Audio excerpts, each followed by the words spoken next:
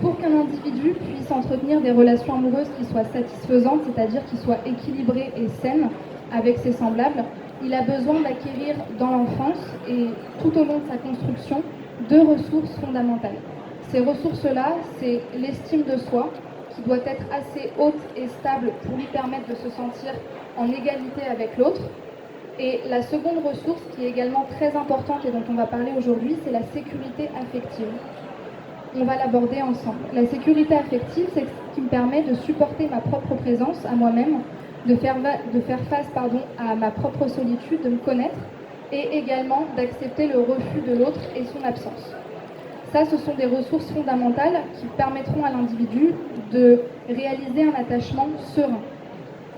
Maintenant, là où ça se problématise, c'est que ces 2 ressources-là, elles sont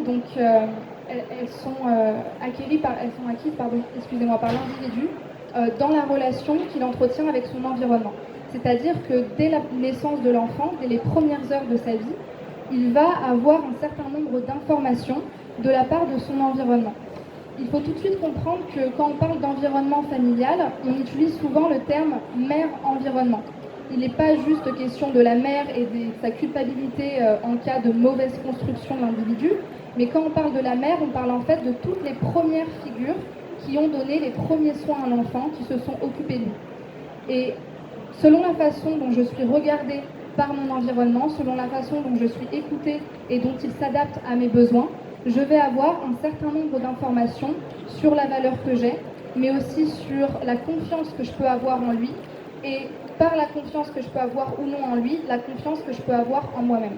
Et c'est vraiment comme ça qu'il faut comprendre les origines de la dépendance affective, parce que si je ne développe pas une sécurité affective qui m'est donnée par mon environnement, qui soit assez stable, ça va être très compliqué pour moi, adulte, de pouvoir m'attacher sereinement aux autres.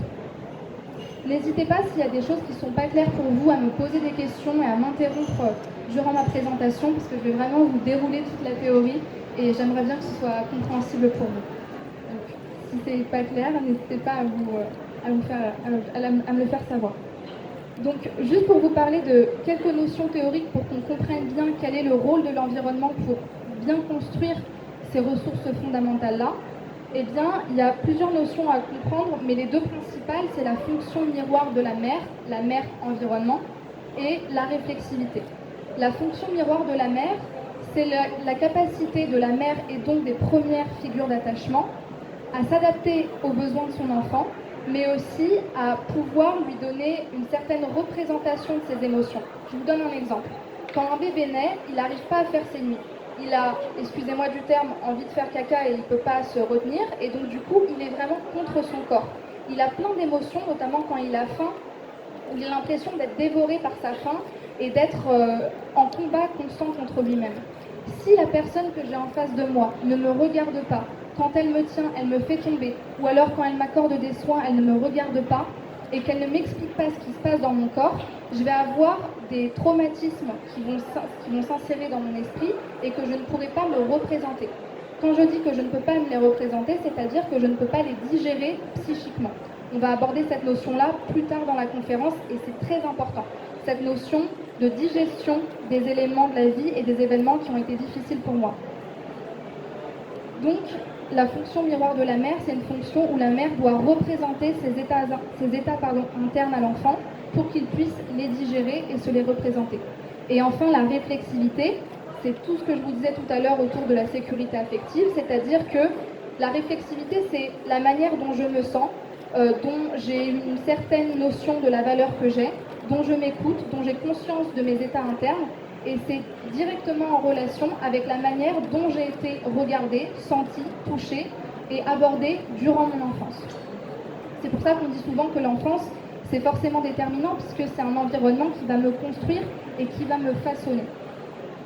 Donc, je le répète, mais il y a vraiment un lien entre ce que j'ai reçu et ce que je me donne moi-même ensuite plus tard. Juste pour votre information, quand je dis DA, je fais référence à la dépendance affective, donc je vais l'expliquer plus tard, mais vraiment cette notion de dépendre de l'autre pour me sentir exister dans le lien amoureux. Et quand je fais référence à la contre-dépendance affective, cette fois-ci, je fais référence à l'hyper-indépendance de certains individus et à leur capacité à se s'isoler de la relation pour se sentir en confiance vis-à-vis d'eux-mêmes. Et donc du coup à leurs problématiques vis-à-vis de l'intimité et du contact avec l'autre. On va y venir juste après. Maintenant que vous avez à peu près compris normalement l'importance de la relation mère-enfant, mère-environnement lors de la naissance de l'enfant, vous avez compris qu'en fonction de cette relation-là, eh bien, quand cette fonction miroir de la mère n'est pas réalisée, si vous voulez, la relation entre la mère et l'enfant se fait mal. Et donc du coup, ma sécurité affective, elle peut être tout de suite inexistante et ne pas aussi bien se développer que dans un environnement où j'ai été écoutée, où j'ai été, où on m'a dit finalement, on m'a encouragée à explorer mes potentiels et à faire confiance aux autres. Eh bien, je vais développer 2 stratégies qui vont façonner ma façon de m'attacher plus tard. La première stratégie, c'est la stratégie du dépendant affectif. Donc c'est le masque du dépendant comme on l'entend.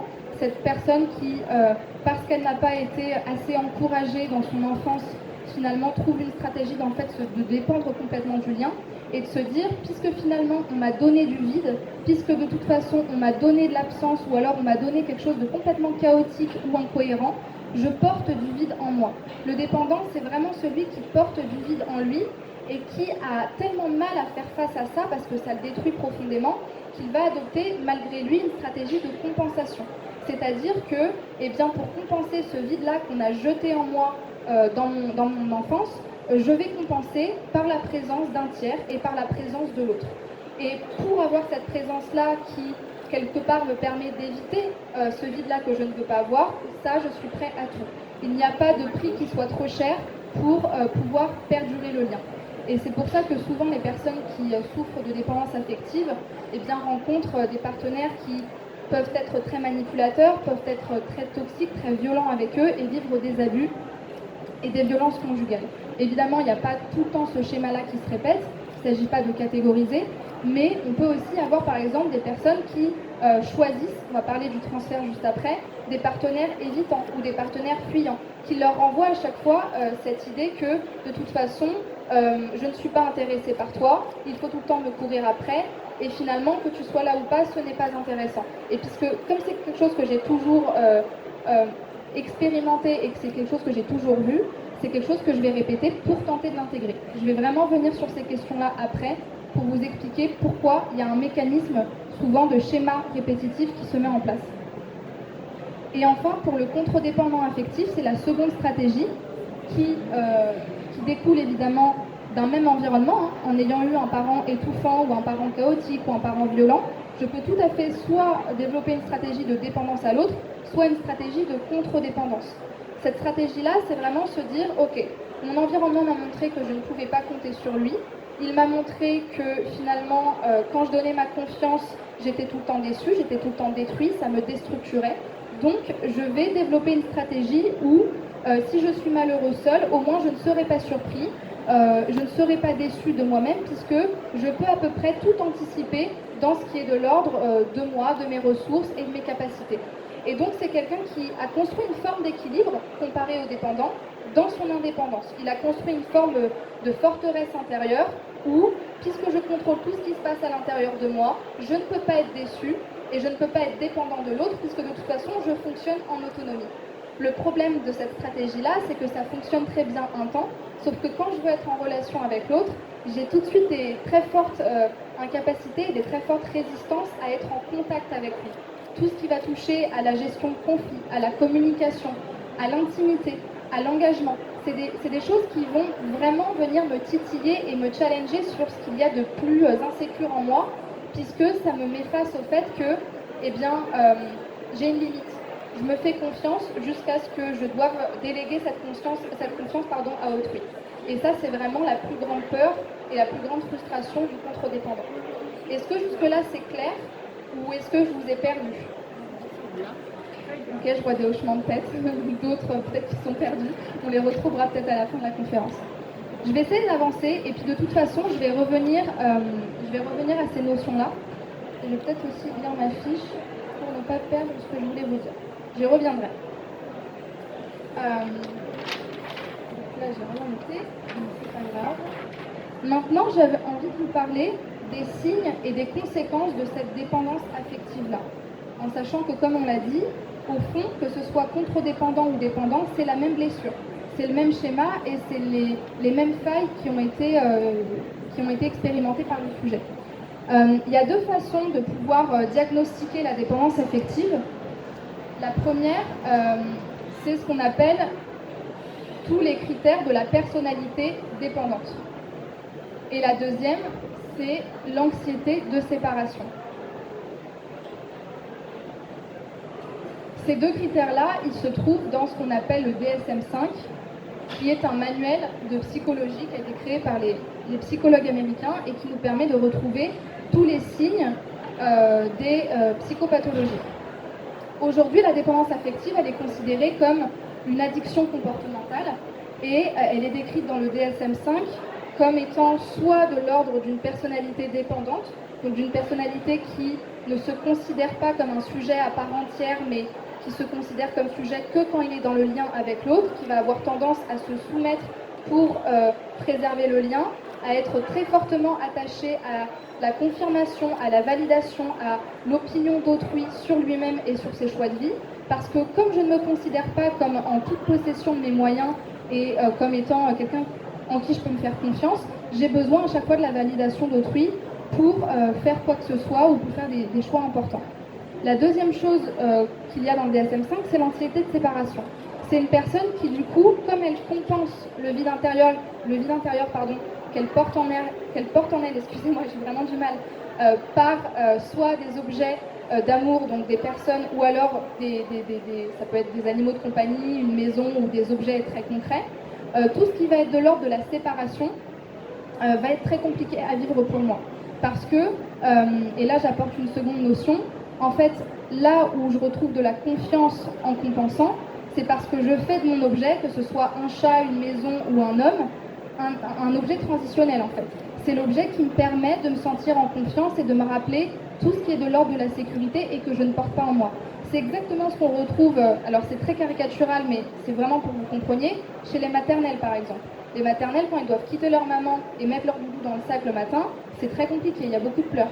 Parce que c'est l'objet transitionnel et que c'est l'objet qui me rappelle ma maison, ma confiance, l'endroit où je me sens bien et où je me retrouve moi-même. C'est pour ça que l'anxiété de séparation, elle est très compliquée pour les personnes qui en souffrent. Et le contre-dépendant, lui, eh bien, comment il va s'exprimer en relation? Il s'exprime souvent par le contrôle. C'est quelqu'un qui trouve de la confiance quand il contrôle les choses, quand il peut les anticiper. Et il va trouver beaucoup de confiance dans le fait de pouvoir contrôler l'autre, contrôler la relation et contrôler aussi ses émotions dans la relation. Si je me perds, si je suis trop demandée, si je suis trop fortement engagée, ça peut me faire peur parce que je maîtrise plus ce qui se passe et donc je peux avoir un besoin de me retirer. Et se retirer pour lui, c'est une façon de retrouver de la confiance et aussi de communiquer avec l'autre. Paradoxalement, le contre-dépendant, c'est aussi celui qui arrive le moins à exprimer ses émotions. Le dépendant, lui, il vit avec plein d'émotions. Il peut se plaindre, il peut vraiment se plaindre à l'autre, mais au moins il le dit, même s'il a peur de le perdre. Le contre-dépendant, lui, il n'a même pas envie de communiquer avec l'autre parce qu'il n'en voit pas l'intérêt. Donc, pour lui, se retirer de la relation, faire un pas en arrière, ça peut être une façon d'exprimer sa colère parce qu'il ne voit pas forcément l'intérêt de l'expliquer à l'autre, puisqu'il est mal à l'aise quand il est en contact avec l'autre. Et donc, juste pour parler en termes de bénéfices derrière ces stratégies-là, le contre-dépendant, s'il se retire, c'est vraiment pour se protéger. Il trouve dans la froideur et dans la distance une forme de confiance parce que du coup, c'est vraiment mon monde intérieur, ce que je maîtrise, alors que l'autre, c'est vu comme quelque chose qui peut être menaçant et dans lequel je peux me perdre. Et quand on creuse vraiment très très loin, en fait, la plus grande peur du contre-dépendant, eh bien, c'est de se perdre lui-même dans la relation et de devenir dépendant. Parce qu'au fond de lui, et dans son expérience passée, il a pu avoir, par exemple, un environnement particulièrement étouffant, où il n'a pas pu s'explorer, ou alors il a pu avoir des expériences aussi amoureuses, où l'autre a tenté de me contrôler, et moi, j'avais plus ma place dans la relation. Et donc, le fait d'être totalement dépendant, ça me permet de vraiment explorer toutes mes capacités, et de vraiment sentir que là, je maîtrise, et donc je ne suis pas en dépendance avec l'autre. Le dépendant, lui, dans la relation, ce qu'il recherche, c'est des émotions fortes. il a un besoin de se sentir en chaleur entre guillemets. Il a besoin de sentir de la chaleur près de l'autre, parce que finalement quand je suis tout seul, je suis face à mon vide intérieur et c'est froid, je me connais pas, j'ai pas exploré mes potentiels. Quand je suis seule, ma vie peut être à peu près équilibrée, et encore, il y a beaucoup d'obsessions vis-à-vis de la relation amoureuse, mais quand je suis près de l'autre, je suis tout à l'autre, je lui donne tout, je fusionne énormément, et donc du coup, je ne me sens vraiment vibrer, vraiment exister que dans la relation. Il s'adapte évidemment beaucoup à l'autre parce que la relation, c'est ce qui lui permet de aussi se narcissiser et donc de lui apporter une meilleure estime de lui-même. Est-ce que vous avez des questions? Est-ce que c'est assez clair pour vous? Très clair. C'est très clair? Super. Alors, je vais faire un petit peu dans mes feuilles. Juste pour préciser, une seconde difficulté du contre-dépendant, évidemment, c'est la démonstration. Et ce qu'il doit apprendre, et c'est ce qui va lui permettre de grandir à titre personnel, c'est que, en fait, en me permettant d'être vulnérable, en me permettant de découvrir ce qu'est finalement le vrai courage de se montrer à l'autre tel que je suis, non seulement je ne vais pas me perdre, parce que je vais apprendre à me faire confiance de manière absolue et à me dire que de toute façon, à partir du moment où je sais quels sont mes besoins relationnels, mes valeurs et mes limites, je ne peux pas me perdre dans la relation, eh bien, il va être capable de faire preuve d'une vraie vulnérabilité et d'une vraie relation authentique où je peux échanger avec l'autre tout en restant une unité à part entière. Alors maintenant, j'ai envie de vous parler de quelque chose de très important pour comprendre pourquoi, quand on souffre de dépendance affective, il y a souvent des schémas qui se répètent. Je ne sais pas si vous en avez fait personnellement l'expérience dans votre vie, mais en tout cas, c'est le cas des personnes que j'accompagne. On retrouve souvent des discours tels que mais je comprends pas, Chloé, j'attire tout le temps le même type d'homme, j'attire tout le temps le même type de femme, qui soit manipulatrice, qui soit malsaine, qui soit très dans le contrôle ou au contraire trop fuyante. Et je ne comprends pas pourquoi je répète toujours ces schémas-là. Pour vous expliquer ça, il faut absolument que je vous fasse part de deux notions vraiment très importantes, donc en psychanalyse. Donc ces notions-là, la première, c'est la notion de transfert. Et la deuxième, c'est la notion de compulsion, de répétition.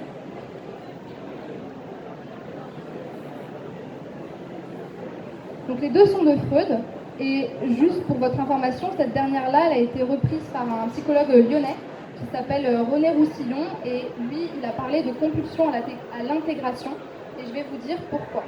Alors, je vais essayer de vous faire un schéma, je ne suis pas très bonne en dessin, mais c'est vraiment pour que vous compreniez. Ça, c'est un bonhomme, d'accord? C'est son ventre, vous allez comprendre pourquoi. Et donc, vous vous rappelez le schéma que j'ai fait avant avec la relation à la mère, l'environnement qui a été plus ou moins adapté à lui. En fonction de ce que j'ai reçu, j'ai pu recevoir, on va prendre l'exemple de quelqu'un qui a reçu de sa mère environnement, de ses premiers objets, du vide. Du vide parce qu'on ne s'est pas adapté à moi, on m'a pas écouté, on m'a pas permis de vraiment m'explorer en tant que sujet tel que j'étais, on m'a considérée comme une petite chose qui n'était pas importante, et donc j'ai intégré comme définition de ce que j'étais du vide. Et donc, en fait, on l'a intégré, mais en fait, ça a été jeté à l'intérieur de nous, parce que ça, on n'a pas pu le digérer, c'est ce que je vous ai dit tout à l'heure. C'est ce qu'on peut appeler un événement traumatique. Traumatique parce qu'il est chargé affectivement. Et que cet événement-là, pour un enfant, qu'il soit nourrisson, qu'il ait 5 ans, ou même pour un adulte, parce que c'était trop dur à me représenter dans ma vie psychique, je l'ai jeté à l'intérieur de moi, je ne l'ai pas digéré de manière harmonieuse dans tout ce que ça pouvait m'apporter à titre personnel dans mon récit de vie, mais je l'ai juste jeté à l'intérieur de moi. Il y a deux façons que j'ai pu utiliser. La première, c'est le refoulement. Donc j'ai vraiment refoulé cet événement quelque part à l'intérieur de moi pour ne pas le regarder. Et c'est surtout de cette notion-là dont on va parler aujourd'hui. Ou alors dans les traumatismes vraiment très violents, je l'ai clivé. C'est-à-dire que je l'ai complètement expulsé de ma psyché et je n'en ai même pas conscience.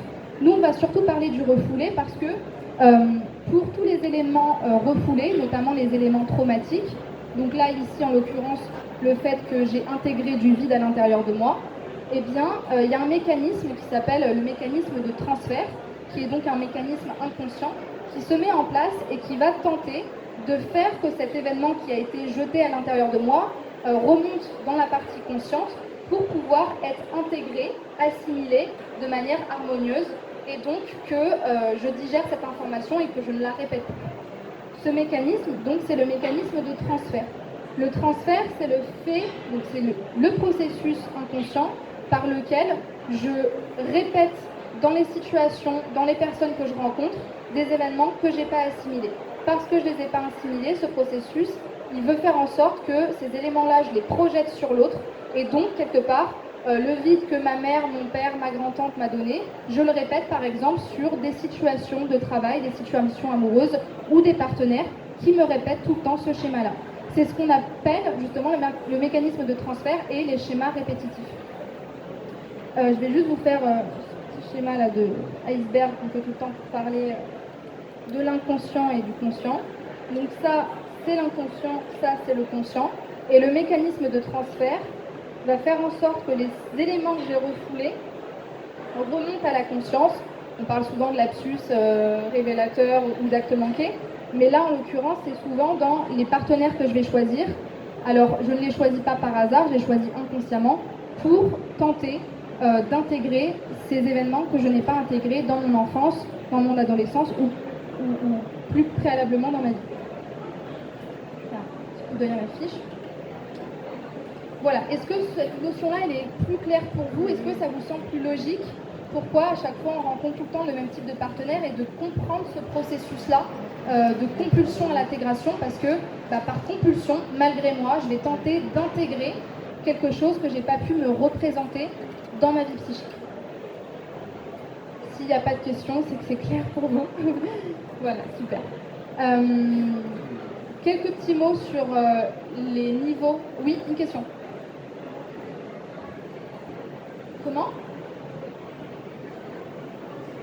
Comment éviter les scénarios qui se répètent, c'est ça? Eh bien justement, c'est tout l'objet de cette conférence et en fait, c'est tout simplement en intégrant la blessure qui n'a pas été intégrée dès le départ. Alors, il ne faut pas non plus se dire que c'est une blessure et pas une autre et essayer de chercher la petite bête. L'idée, c'est de comprendre, par exemple, quand je suis en relation, qu'est-ce que je répète tout le temps comme blessure ou comme stratégie qui ne me sert pas, mais qui m'apporte le bénéfice soit de compensation, soit d'évitement, et qui dans les deux cas m'interdit et ne m'autorise pas à être en relation saine et sereine avec l'autre. Une fois que j'ai mis la main dessus, et c'est personnellement ce que je fais en accompagnement, je vais pouvoir ensuite le reconsidérer, c'est-à-dire déjà en prendre conscience, et puis pouvoir évaluer cette blessure-là. Pourquoi elle a été là? À quoi elle m'a servi? Et maintenant, quelle autre stratégie je peux mettre en place? Comment je peux agir différemment maintenant que j'en ai conscience? Est-ce que ça répond à votre question? Voilà. Oui, je vous disais juste... Oui, une question. Oui, j'ai une question. Oui. Est-ce qu'on peut avoir un exemple très concrètement de quel manquement il va y avoir dans l'enfance qui va provoquer quel type de partenaire, par exemple? C'est quel événement qui va faire? D'accord, merci. Alors la question que j'ai, c'est est-ce qu'on pourrait avoir une précision sur quel type de blessure durant l'enfance, quel type de comportement durant l'enfance peut créer quel type de blessure et donc quel type de schéma répétitif? Je n'ai pas la réponse à cette question pour la simple et bonne raison que chaque sujet est différent et que un événement peut être chez moi traumatique ou non et donc créer une stratégie de contre-dépendance affective ou de dépendance affective. Et même pour la même blessure, le même environnement, deux individus peuvent choisir, parce qu'à un moment donné, c'est les ressources qu'ils avaient en leur possession, soit de s'isoler de la relation et de se faire confiance qu'à eux-mêmes en s'isolant quelque part du monde, ou alors soit d'en dépendre parce qu'on ne leur a pas donné cette capacité d'agir par eux-mêmes et même d'être tout seul en fait. Donc j'ai pas la réponse à cette question, mais tout ce que je peux dire c'est que les schémas répétitifs et les blessures qu'on a, elles font toujours sens dans notre récit de vie.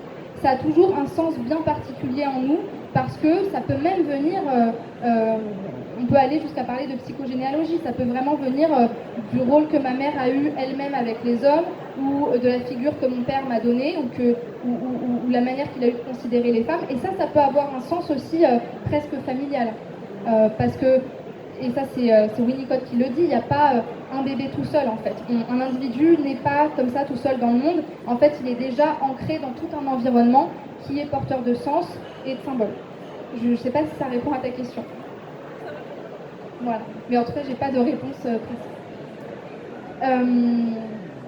Alors, je vais regarder l'heure qu'il est. J'ai le temps. Ok. Je voulais juste vous dire que voilà, la dépendance affective, il ne faut pas oublier que c'est une addiction. Et comme dans toute addiction, il y a différents niveaux. On peut être en addiction légère, en addiction modérée ou en addiction sévère. Et dans ce cas-là, on peut être dans des cas de pathologie où on est incapable de vivre. Et en fait, il y a d'autres pathologies qui s'y ajoutent généralement. Voilà, c'est juste pour votre information. Et donc en dépendance légère, c'est pas forcément une dépendance affective qui nous suit tout le temps, mais ça peut être une dépendance qui arrive à un moment donné de ma vie où je suis particulièrement vulnérable et où je suis plus en dépendance vis-à-vis de mon partenaire ou des personnes qui sont importantes pour moi.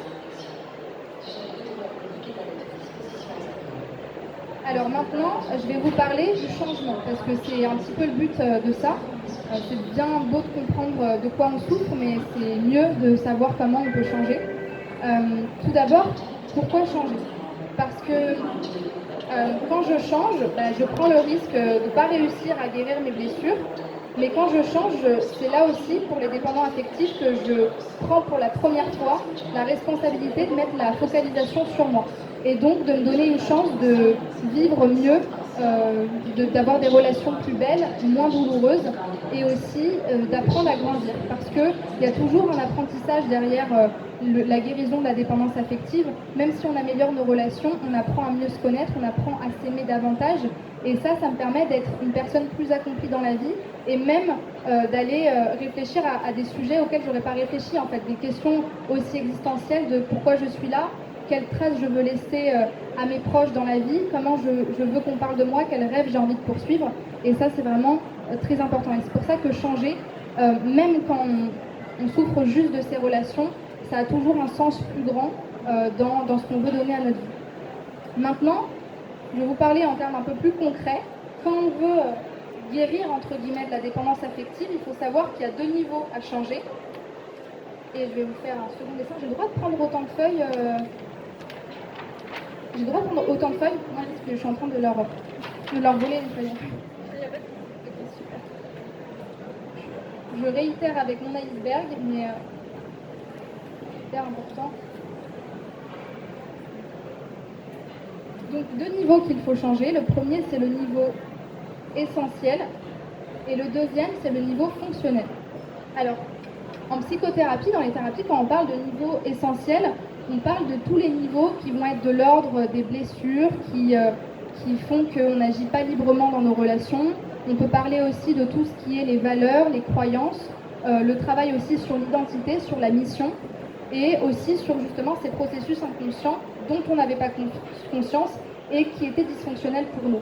En l'occurrence, dans ce qui touche à la dépendance affective, eh bien, le niveau essentiel, ça va être celui de travailler sur la sécurité affective. J'en ai parlé en tout début de conférence, mais tant qu'on ne va pas développer une sécurité affective stable à l'intérieur de nous, on ne va pas pouvoir faire autrement que de compenser ou d'éviter, puisque, je le rappelle, mais le premier problème de la dépendance affective, c'est d'essayer d'éviter ce vide intérieur qu'elle ou qu'il porte à l'intérieur de lui. Et donc, pour pallier ce problème-là, il faudrait donc prendre l'habitude et apprendre à développer une sécurité affective en moi. Ça, on peut le travailler avec des exercices de programmation neurolinguistique, avec notamment des exercices de psychologie clinique. Le simple fait en fait, de revenir sur ces blessures-là et d'en prendre conscience, c'est déjà un travail en soi, de réfléchir différemment par rapport à ça, et notamment par un travail sur l'enfant intérieur. Pourquoi? Parce que, en fait, quand je souffre de mes blessures, je suis frustrée, je ne m'écoute pas vraiment, et du coup, je ne donne pas cette possibilité de me reconnecter à moi-même, à ce qu'il y a de plus sensible en moi, puisque je suis tout le temps en train d'agir en surface pour tout de suite avoir du plaisir à très court terme. J'avais par exemple une personne que j'ai accompagnée ce matin qui me disait « Mais Chloé, c'est plus fort que moi. Hier, j'ai recontacté mon ex alors que je sais que ça va rien donner et que cette personne-là ne m'apporte rien et est complètement indifférente en face de moi parce qu'à ce moment-là, ça a rempli un besoin de compensation à très court terme. Sauf que tant que je n'ai pas développé une sécurité en moi, je vais toujours avoir besoin de ce genre de stratégie très courte qui sur le long terme ne me permettent pas d'être responsable, de grandir et de me faire confiance. Donc ça, c'est pour le niveau essentiel. Et le fait de travailler sur ce niveau-là, eh bien, ça va améliorer le niveau fonctionnel qui va être finalement la manière dont je me comporte en relation et toutes les problématiques que j'arrivais pas à gérer avant. Comment je communique avec mon partenaire sans me rabaisser, en étant vraiment dans une posture haute et ni trop haute ni trop basse par rapport à l'autre. Comment je gère un conflit, comment je prends conscience de mes émotions, donc comment développer ma conscience émotionnelle et comment je régule mes émotions, c'est très important, autant pour le contre-dépendant que pour le dépendant. Et ce qu'il peut y avoir également dans la posture vis-à-vis de l'autre, eh bien c'est finalement la manière dont je me comporte avec lui. Est-ce que je ressens le besoin d'être agressif comme pour me protéger et pour imposer mes limites parce qu'en fait elles ne sont pas claires au fond de moi et j'ai besoin d'être tout de suite dans l'agression et dans la froideur comme pour repousser et comme pour justifier ce que j'ai toujours cru des hommes ou des femmes? Ou alors est-ce que je suis dans une posture où tout de suite j'essaye un petit peu de minauder pour avoir une bonne image, pour essayer de mettre mes atouts en valeur, alors qu'au fond, à aucun moment je ne m'écoute et à aucun moment je ne montre de réel intérêt envers l'autre et à aucun moment je lui demande vraiment de s'intéresser à qui je suis. Et donc à ce moment-là, vous voyez bien, je me condamne à revivre tout le temps ce qui me maintient esclave et ce de quoi je me plains. Donc ça c'est le niveau fonctionnel et personnellement j'y travaille en fin d'accompagnement avec tout ce qui va être de l'ordre des thérapies cognitives et comportementales. Pourquoi? Parce que c'est des thérapies très concrètes, c'est d'ailleurs ce que les psychologues cliniciens leur reprochent, parce qu'elles sont vraiment centrées sur ce qu'on appelle le stimulus, c'est-à-dire la gestion de l'anxiété, la gestion d'une angoisse, la gestion de quelque chose de très concret que j'arrive pas à faire, mais qui est déjà représentatif d'un niveau essentiel qui n'est pas guéri. Donc moi, du coup, j'ai pris le problème en deux et je me suis dit, bon, on va travailler sur le niveau essentiel et puis après, à la fin, sur le niveau fonctionnel. Est-ce que vous avez des questions? Parce que si vous n'avez pas de questions, je vais vous présenter peut-être un peu plus en profondeur la méthode que j'ai créée avec laquelle j'accompagne ces personnes-là. Sinon, je peux répondre à des questions plus théoriques. Alors là, il me faut une réponse. On présente. Ok, ça marche. D'accord. Alors, je vais vous présenter cette méthode. J'espère que vous voyez bien, sinon je vous ferai un petit schéma. Donc, c'est la méthode que j'ai appelée S'aimer plus, puisque, à mon sens, c'est vraiment en apprenant à s'aimer plus qu'on peut prendre conscience de ses blessures et éviter de les répéter pour être en relation de manière authentique et confiante. Et donc, la première chose qui est importante de travailler avec les personnes qui souffrent de dépendance affective, c'est la sécurité affective stable, ce que je vous disais tout à l'heure. Et donc dans ce module-là, je vais pouvoir travailler sur mes blessures, en prendre conscience. Quelles sont mes croyances profondes? Parce que souvent on agit, mais on ne sait pas pourquoi on agit. Et on ne prend pas conscience des pensées automatiques qui me viennent et dont mes comportements justifient ces croyances-là.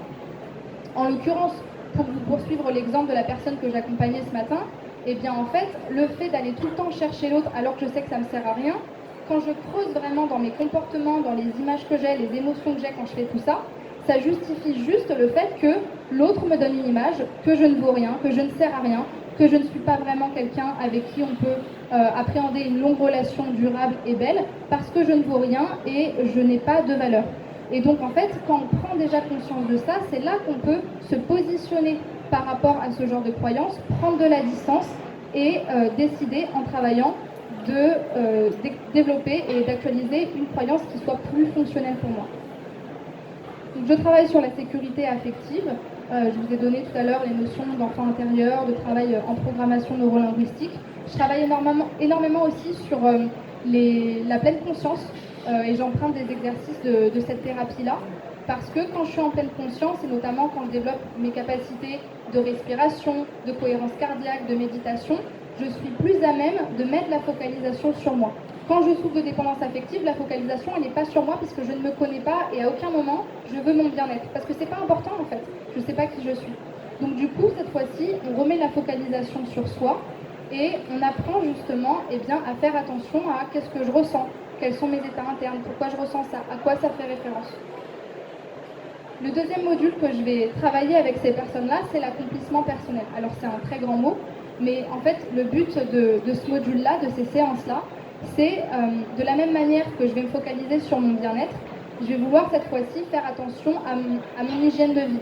à ce qu'on appelle mes piliers de vie, c'est-à-dire le fait que mes différents domaines de vie soient équilibrés, qu'ils soient sains pour moi, et que quand je suis en relation, eh bien, j'ai moins cette tendance à tout focaliser sur l'autre, être obsédée par l'idée de l'autre, et donc me perdre encore une fois dans la relation. Même pour un contre-dépendant, le fait de savoir eh bien, quels sont mes projets, comment je veux m'accomplir personnellement, et donc quelles sont les limites aussi de mon unité et de l'unité de l'autre, ça me permet aussi de me rassurer quand je suis en lien avec l'autre. Je ne suis pas l'autre, je ne suis pas totalement le contact, je peux y mettre un terme, une pause, et donc je ne suis pas non plus obligée de me retirer totalement pour me sentir en confiance. Et enfin, comme je vous l'ai dit tout à l'heure, on va travailler sur la posture relationnelle avec l'autre, puisque le contre-dépendant comme le dépendant, ils ont tendance soit à avoir une posture trop ferme, soit à avoir une posture trop souple, voire complètement en fait à la ramasse pour préserver le lien. Et donc ici, l'idée c'est de trouver un équilibre à la fois entre fermeté, quand j'ai besoin de vraiment imposer eh bien, mes limites, exprimer quels sont mes besoins, et à la fois de douceur, de lâcher prise et de vulnérabilité.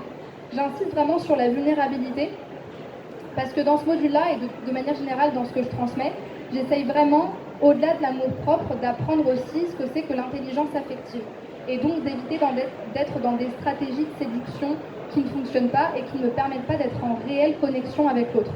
Je suis en réelle connexion avec l'autre quand j'ai déjà une bonne connaissance de moi et que j'arrive à me montrer à l'autre tel que je suis, en vulnérabilité. La vulnérabilité, c'est ce qui me permet d'être courageux et en même temps de ne pas me soumettre à l'autre. Et c'est à partir de ça, quand je donne à l'autre, que je peux ensuite recevoir, travailler sur le fait de recevoir et de donner, sans se donner complètement. Et je peux créer en fait une réelle connexion avec lui. Et évidemment, je le répète, mais c'est très important, c'est bien beau de travailler sur la connexion, la vulnérabilité, la communication, etc. C'est aussi important de savoir aussi quels sont nos besoins, savoir les exprimer et avoir tout un tas de mécanismes aussi de gestion en fait du couple, de ce que ça peut être et de comment je retrouve de la confiance avec l'autre. Est-ce que vous avez des questions sur la méthode, sur le changement, le travail qu'on fait ou pas du tout? Sinon, il me reste 15 minutes, donc voilà, vous avez 15 minutes.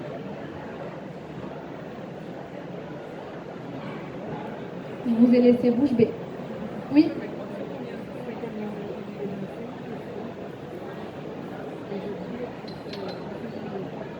Alors la question c'est est-ce que mon cabinet il est sur Lyon?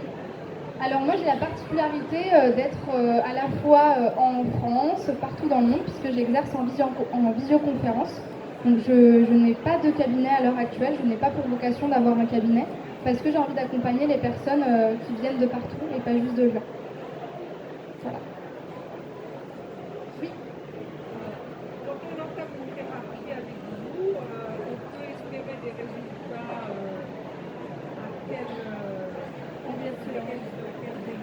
dans quel délai?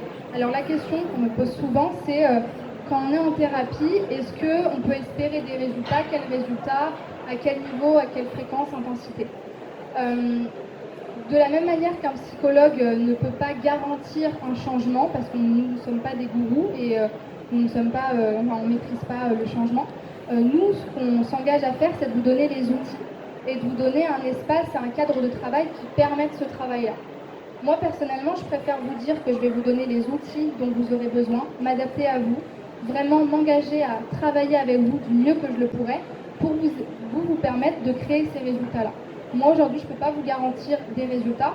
Par contre, quand on est en thérapie, qu'on a les outils, qu'on est vraiment investi dans son changement et qu'on se donne aussi, il y a une notion d'autorisation dans le changement. On ne s'en rend vraiment pas compte, mais la plupart des personnes qui ne changent pas, c'est des personnes qui soit dénient, qui contemplent le changement sans vraiment y penser, ou alors qui sont dans la résistance parce que, eh bien, on en a parlé tout à l'heure, les stratégies sont tellement fortes, et même si elles sont dysfonctionnelles, elles sont tellement bénéfiques sur le court terme, que changer, ça me demande beaucoup de coûts énergétiques, et ça me demande toute une restructuration. Donc ça, c'est pas facile. C'est vraiment pas facile. Et moi, je vais faciliter ce travail-là. Donc, je ne peux pas totalement répondre à votre question, mais en tout cas, toute l'efficacité d'un travail se voit dans la relation thérapeutique du coach avec la personne qui l'accompagne. Et juste pour vous donner un ordre d'idée, les accompagnements que je fais aujourd'hui, ils durent 3 mois. Et donc dans ces 3 mois, il y a 9 séances de 1h30 avec des outils, des exercices que je vous envoie entre les séances. Bonjour. Bon. Eh bien, si vous n'avez pas d'autres questions... Ah, une question. Nomade, oui. Oui. Oui, bien sûr. C'est une très très bonne question. J'ai une question très intéressante d'un monsieur qui me demande est-ce que quand vous accompagnez des personnes, sa culture, mais en fait même, c'est-à-dire son cadre de vie ou même ses habitudes, enfin, tout ce truc-là, est-ce que ça a un impact sur la manière dont j'accompagne? Évidemment, évidemment. Je ne peux pas accompagner une personne je ne peux pas accompagner de la même manière une personne qui va être beaucoup dans le mental et dans les notions abstraites. Il y a aussi ça, hein, la manière dont je réfléchis et la manière dont je me représente les choses, et une personne qui va être très pragmatique dans les choses très concrètes, ou une personne qui ne va pas être à l'aise avec les émotions, ou qui ne va pas être à l'aise avec tout un travail sur l'enfant intérieur et les choses un petit peu mystiques. Tout ça, je vais devoir m'adapter à ça en fait. Et pour vous donner un ordre d'idée, j'ai eu un jour la très belle occasion de pouvoir accompagner quelqu'un qui avait un accent très fort portugais et qui était en fait immigré portugais et donc qui avait du mal en fait à parler, à comprendre des phrases très complexes. En plus, moi je suis la reine pour faire des tournures de phrases comme vous l'avez vu où je ne comprends plus. Donc du coup il a fallu s'adapter. Donc il faut s'adapter et il faut trouver un moyen de communiquer sur ce qui pose problème tout en étant clair. C'est un travail difficile. Parce qu'on ne peut pas se dire, ok, séance 5, résultat comme ça. Non, c'est pas possible. Il y a tout le temps une notion d'improvisation, il y a une notion, ce qu'on appelle de l'accordage, d'adaptation à la personne, de réflexion aussi sur ma posture, est-ce que ça te va? Est-ce que je suis pas trop haute par rapport à toi? Est-ce que tu as l'impression qu'on ne part pas un petit peu dans le flou? Donc oui, évidemment, je m'adapte et ça a tout à fait un impact sur le travail qu'on fait ensemble. Et même pour vous dire, des fois, moi j'ai une notion assez précise de ce que je veux apporter à la personne. Donc, quand j'accompagne quelqu'un, ce que je veux lui apporter, eh bien, c'est qu'elle puisse développer des ressources pour pouvoir être en relation sereinement avec l'autre. Mais en fait, le travail qu'on va faire, elle va l'appréhender et se l'assigner d'une différente manière. Si ça se trouve, si on faisait un appel à la fin, elle pourrait me dire « Ah bah moi j'ai compris telle chose, c'est pas du tout ce que tu m'as appris, mais moi ça m'a appris ça. Et ça m'a permis d'avancer. » Donc ça rejoint la question sur les résultats et l'objectif. En fait, peu importe l'objectif, à partir du moment où on permet à la personne de faire quelques petits pas qui vont lui permettre de grandir et de se responsabiliser, personnellement, je considère que c'est déjà un très bon résultat. Voilà. Merci d'être venu, d'avoir écouté. Une dernière question ?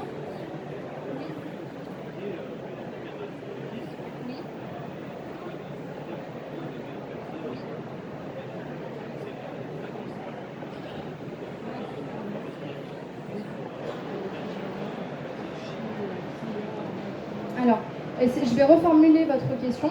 La question c'est, vous avez dit tout à l'heure que quand j'avais un traumatisme que je n'avais pas digéré, j'allais répéter tout le temps le même type de relation avec le même type de partenaire, mais c'est pas automatique.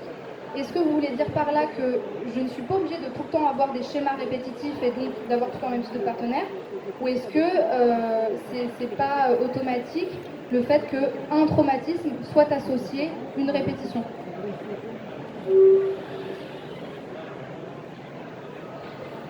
Ça peut être le cas, oui, tout à fait. Ça peut aussi être le cas.